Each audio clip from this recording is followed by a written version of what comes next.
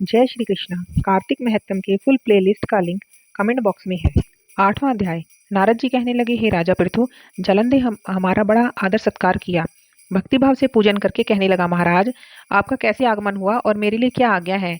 हमने कहा, दैत्यराज मैं कैलाश गया था, वह पार्वती सहित अवधृत शिव और उनका वैभव देखा तो चकित रह गया कि क्या ऐसा वैभव किसी और का भी हो सकता है। ऐसा विचार कर तीनों लोकों में भ्रमण करता हुआ यहाँ पर आया हूँ। यहाँ आकर तुम्हारी समृद्धि देखी है।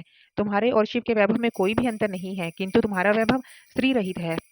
भस्म लेपन करने वाले राग रहित कामदेव के शत्रु शिव के पास रत्न जैसी पार्वती है। यद्यपि तुम्हारे पास अनेक सुंदरियां हैं, परंतु उनमें से कांतिमान पार्वती की तुलना में कोई भी नहीं हो सकती।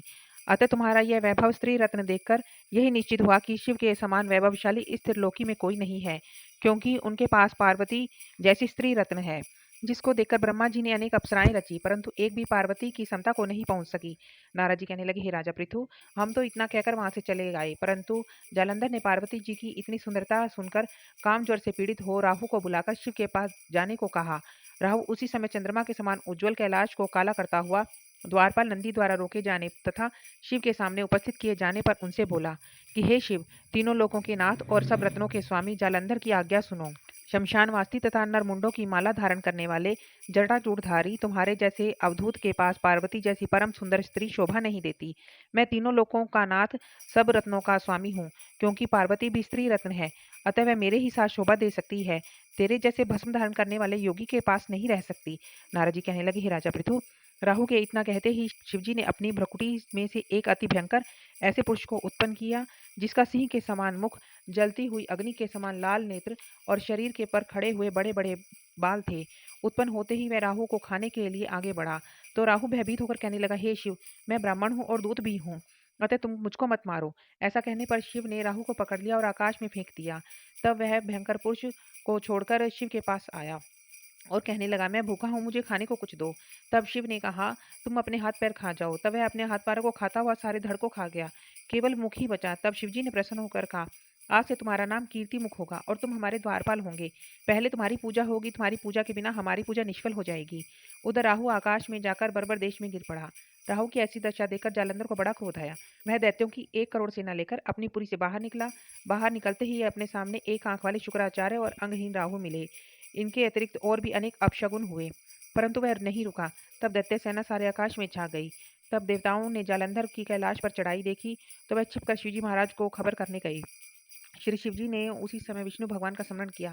स्मरण करते ही भगवान वहां आकर उपस्थित हो गए। तब शिवजी ने कहा, भगवान, आपने देवताओं को पीड़ा देने वाले इस दैत्य को अभी तक क्यों नहीं मारा। इतना ही नहीं, आप वहां जाकर उनके घर में विराजमान क्यों हो गए। तब विष्णु कहने लगे कि यह आपके अंश से उत्पन्न हुआ है और लक्ष्मी जी का भाई है, इसी कारण हमने इसको नहीं मारा, यह आपके ही हाथों मारा जाएगा। तब शिवजी बोले, यह तेजस्वी दैत्य हमसे नहीं मारा जाएगा, आप सब इसको मारने के लिए अपना अपना तेज दीजिए।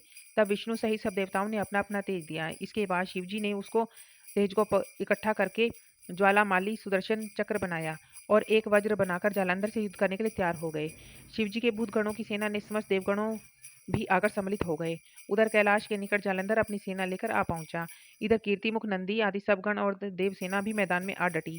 तब जालंधर और देवताओं का ऐसा घोर संग्राम हुआ कि जिससे सारा विश्व कंपायमान हो उठा। युद्ध में जितने भी दैत्य मारे जाते थे, उन सबको दैत्य शुक्राचार्य अपनी संजीवनी विद्या से जीवित कर देते। यह देखकर भूतादिगण भागकर शिवजी के पास गए और उनको संपूर्ण वृतांत सुनाया। तब शिवजी ने अपने मुख से महाभयंकर तालजंगा, जिसका मुख पर्वत की कंदरा के समान था, एक कन्या उत्पन्न की। वह कन्या दैत्यों को खाती हुई शुक्राचार्य को उठाकर एकदम अलोप हो गई। तब दैत्यों को शिवगण बुरी तरह से मारने लगे। गणों की इस मार से घबराकर दैत्य सेना भागने लगी। दैत्य सेना को इस प्रकार भागते हुए देखकर जालंधर के सेनापति शुंभ और निशुंभ तथा कालनेमी आगे आए। इनको देखकर दैत्यों ने अनेक प्रकार के देवसेना पर प्रहार किया, जिससे देवसेना मार खाकर भागने लगी। तब गणेश और शुंभ का घोर युद्ध हुआ। इस बार अपनी सेना को भागती देखकर जालंधर स्वयं रण क्षेत्र में आया। देवसेना की ओर से वीरभद्र अनेक प्रकार के प्रहार जालंधर पर करता रहा। तब जालंधर ने क्रोध में आकर अपना परिग उस पर दे मारा और रथ की पताका भी काट दी। साथ ही जालंधर ने बाण वर्षा करके देवसेना में भगदड़ मचा दी। अपनी सेना को ऐसे भागता हुआ देखकर और उनकी ऐसी दशा देखकर स्वयं शिवजी बैल पर चढ़कर युद्ध करने के लिए आए। रास्ते में दैत्य सेना पर बाणों के तीर प्रहार किए। इन प्रहारों से दैत्य सेना इस प्रकार भागने लगी, जैसे कार्तिक मास के व्रत से पाप भाग जाते हैं।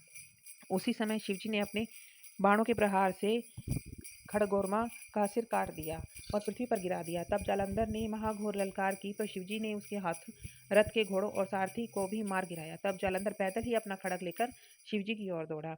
शिवजी ने तीक्ष्ण एक मुक्का उसकी छाती पर मारा, जिससे वह कुछ विहल सा तो हो गया, पर इस प्रकार उस दैत्य ने देखा कि शिव अजय है, और तो उसने गंधर्व माया रच डाली। गंधर्व और अप्सराएं नाचने और गाने लगे।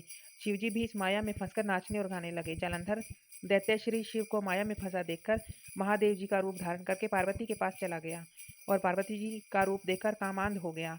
पार्वती जी महादेव जी को आया देखकर खड़ी हो गई, परंतु तत्काल ही राक्षसी माया समझकर वहां से अंतर्ध्यान हो गई। तब जालंधर पुनः युद्ध करने भूमि में आया। उधर जालंधर के चले जाने के बाद पार्वती जी ने विष्णु भगवान का स्मरण किया। तब भगवान विष्णु ने वहां उपस्थित होकर पार्वती जी को आश्वासन दिया। भगवान विष्णु ने सोचा कि जालंधर ने स्वयं ही अपनी मृत्यु का रास्ता बताया है। यह दुष्ट वृंदा के प्रतिवर्त धर्म के कारण मृत्यु को प्राप्त नहीं हो रहा, अतः देवताओं के कार्य और भक्तों की रक्षा के लिए हमको ही वृंदा के धर्म को भंग करने का घोर कर्म करना पड़ेगा। ऐसा करने पर ही इस दुष्ट की मृत्यु होगी। इतनी ही देर में शिवजी भी राक्षसी माया से मुक्त होकर जालंधर को आया देखकर उसके साथ युद्ध करने के लिए प्रस्तुत हो गए, और उस समय अनेकानेक बाणों का प्रहार किया। जय श्री कृष्ण।